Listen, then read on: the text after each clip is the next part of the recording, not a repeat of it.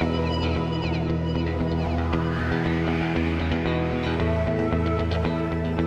you know how to work that thing? Yeah. We still don't. You're good. If not, we've got Britt here's our Vanna White. So. Well, as Mike said, I'm Dana McConnell, Executive Director here at CDS, and hopefully you guys have been here before. We've seen a lot of changes through our lobby, but we're super excited about it. So this is just going to take you back. I know many of you may have seen this presentation if you were here when we started the Lunch and Learns 3 years ago.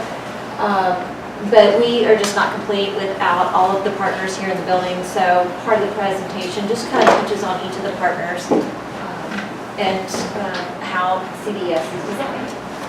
So taking us back in the mid-90s, the community realized that with all the different services that are available and the resources here in the community, parents still didn't really understand how to navigate all of that. So, for example, Dr. Filato here from Developmental Peds, he may see a family, and within the health system, there's some resources, but outside that health system, the child or the family will then have to go to another location for another service, and then across the town for another one. And so it was actually the hospital system who realized these families need to have more support. So they got together with United Way and decided to create this entity called CDS. So the question was, how can we better support young individuals with disabilities and their families in our community? And the answer was to collaborate the services. And it did a couple things. By forming CDS, the community realized it's not just the responsibility of the health system or of the school district. We've got Erica in here for that. And so it can't just be one entity as the solution. You've got to have the community come together, consolidate those resources, and work together. We also have to look at shared cost models. It can't just be that one entity, just the health system trying to be that, try to absorb the cost of everything that's involved. We also need the brainstorming power of all the partners working together. So once a month, all the partners here in this building come together and we do collaborate. We try to iron out what services are still lacking, how can we continue to work together. Family Connection is here in the room too, and they are part of all of that. So you'll see all their logos in a minute. And the last thing is it's about communication. We don't want to duplicate what's already out there. We just want to work better and smarter together.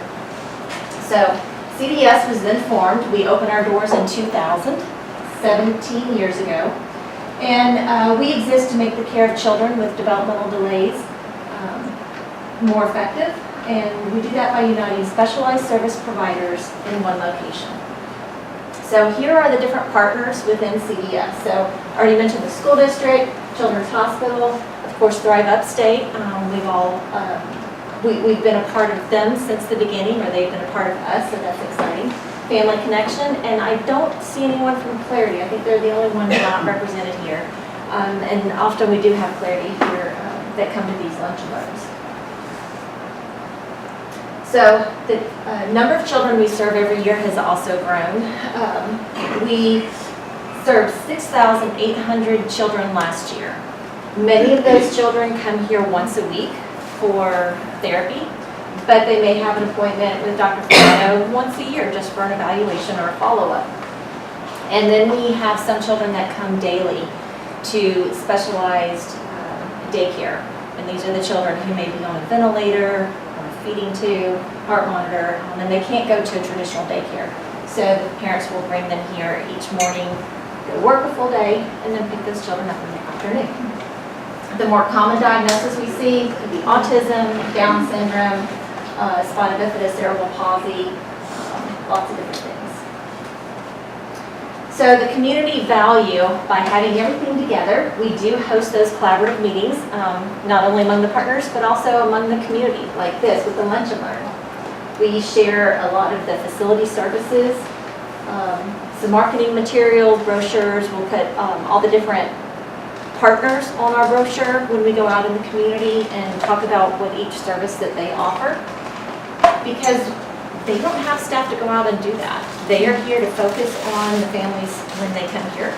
And so we feel it's our job when we are out in the community to talk about CDS and how all of these partners within us, what services they offer as well. We do collective grant funding, which is very powerful. So for example, and I don't mean to always pick on you, Dr. Filato, but let's say the hospital has identified a need to expand the Wonder Center, because that's something that we did this year. There was a growing need for more space in the Wonder Center, but the community may look at GHS and say, well, you guys are growing, y'all must have lots of money. But that's not the case. They're a nonprofit just like most of us are. But collectively, CDS can now write that grant. We have support letters from the hospital. We have support letters from others in the community, and that's how we can collectively increase those resources for the families who need it. We also enhance the family experience. So hopefully you've seen a little bit of change in our lobby too, just to make it kind of fun for the kids and bring in some new activities.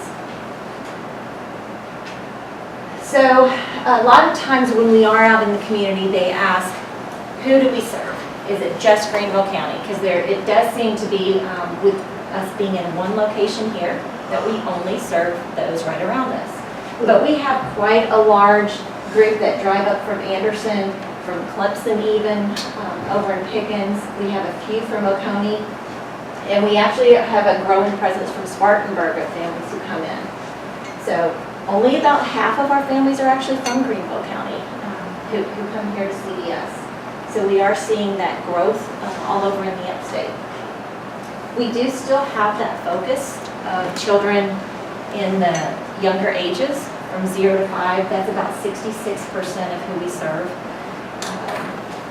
Now that's going to change with the integration of case management, because not only do we already have that wonderful relationship with Thrive Upstate as our partner, but when we realized that they're going to have to separate that service, that was just a wonderful opportunity for us to jump into that business. We already knew their staff, so we're excited that after we offered them a position that they've accepted. So these numbers will change a little bit.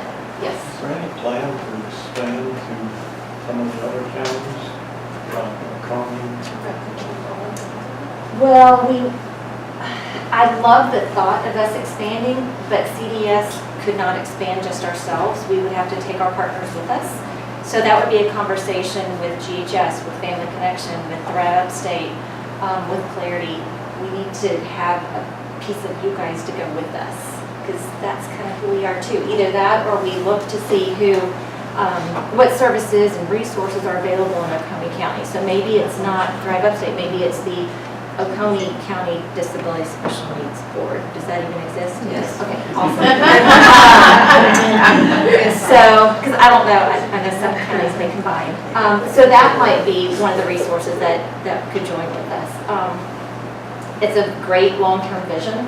Right now, we're just trying to make sure that we are meeting the needs here before we continue to grow. There's a growing need in Spartanburg too. I don't know if I want to undertake that after doing this construction. It's a great thought. Okay, so we're getting babies from all these counties that have developmental needs. Two of my babies today, one's from Lawrence. Westminster, Abbeville. Yeah, one is from Abbeville, and Wow. there's No providers. no providers, it's a desert. and maybe that's the solution is starting to partner with the Mary Black Foundation or Mary Black Hospital or one of those hospitals to do that. I just start stressing out when I think about more construction. But I shouldn't. Because yeah, we definitely need to meet that. So we are growing. There is an increasing need as the population of our upstate continues to grow, and 1 in 5 has a disability. Our services are going to be challenged to grow as well. So the charts just kind of show that growth. So last year, I mentioned that most families will come here once a week. Some may come daily and some only a few times a year, but if you add up all of those visits, we had over 44,000 visits just last year through this building. And no one comes alone.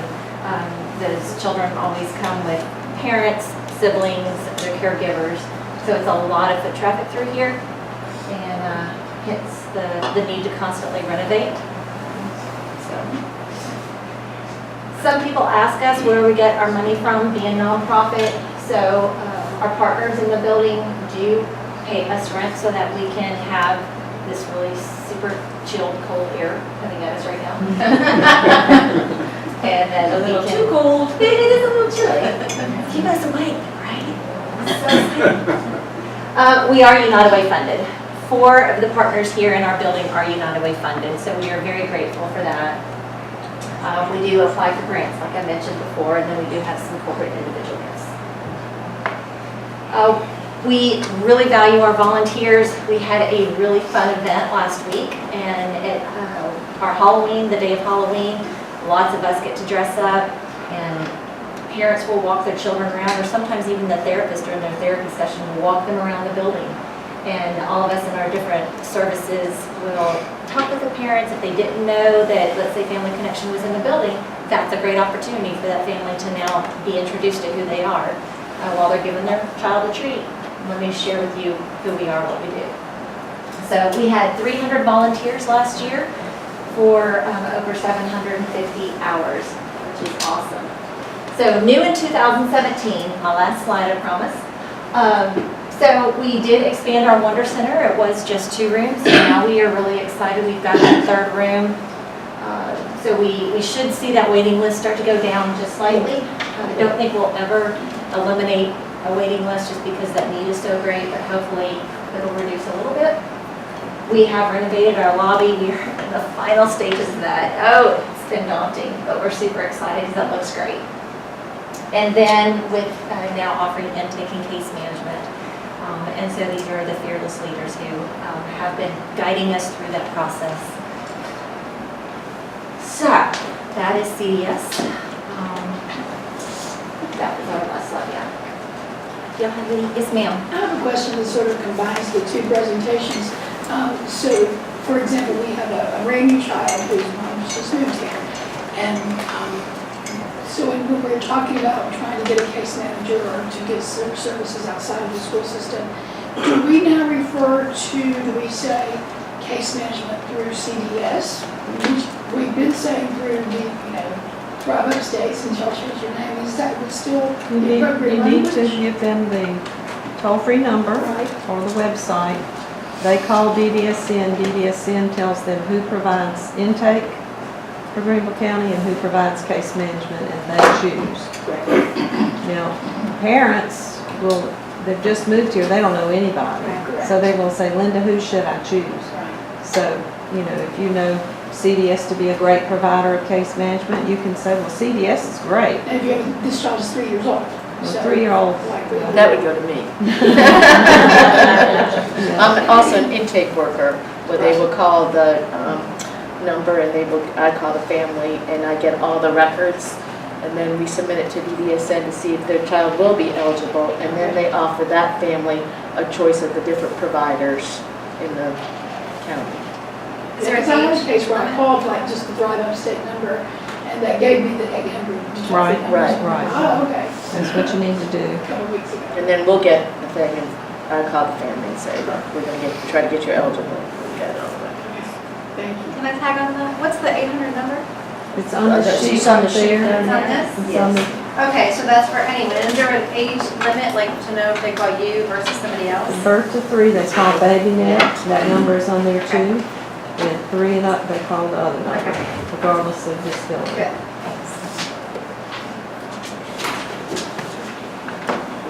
Part of the reason why we wanted to have this CDS and Thrive Day is we realized that people probably do have questions. This is a pretty big change. There's a lot of people that have been receiving case management services through Thrive for years and years and years, and we wanted to make sure that providers were as knowledgeable as possible about that. So if there's any other questions, we've got plenty of time to ask them now or ideas or comments, and I take responsibility for it being so cold. I looked at Becky and was like, gosh, it's really hot in here. So, anyway, so blame me, don't blame them. And he's wearing short sleeve. I know, but anyway, so sorry for that. Jumping jacks or something. But more questions though for CDS, Thrive Upstate, for either what they do or for case management or anything? The Thrive Upstate won't have any case management, it's all going to CDS. Is that correct?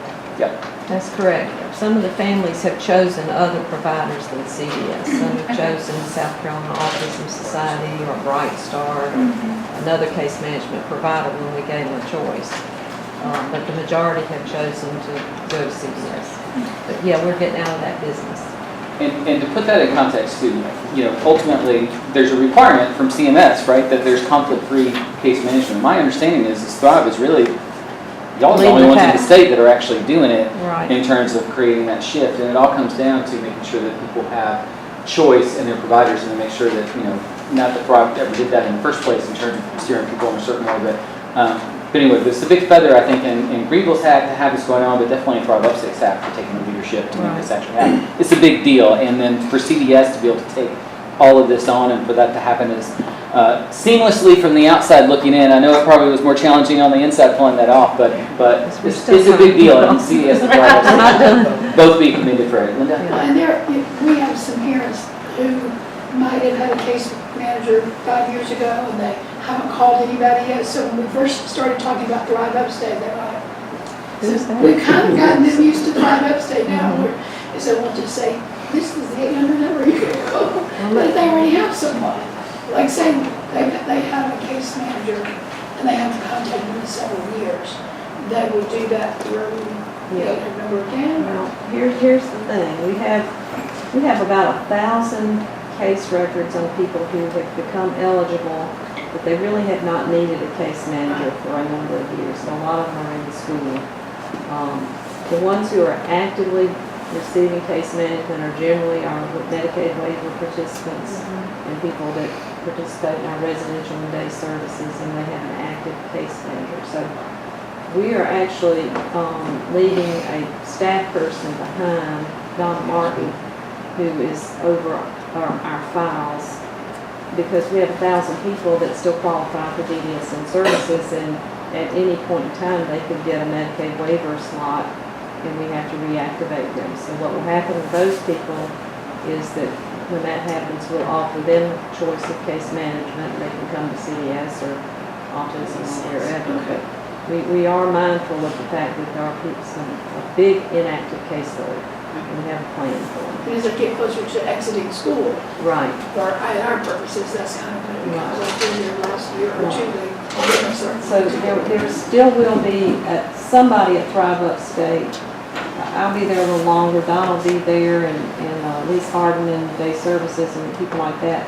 We will have to have a community contact person because it's going to be a pretty big gap in that we every day of the year answer the phone for 1 million calls about I just moved here and I need services, and for that just to go away just can't happen. So we'll probably still keep our 281-3960 line that's been posted everywhere for the last 30 years, and somebody will answer that and help people, because I think it's really important to have somebody answer the phone that can help you and not get lost in a voicemail system or whatever. And it's a complicated system without all that too. All right, any other questions?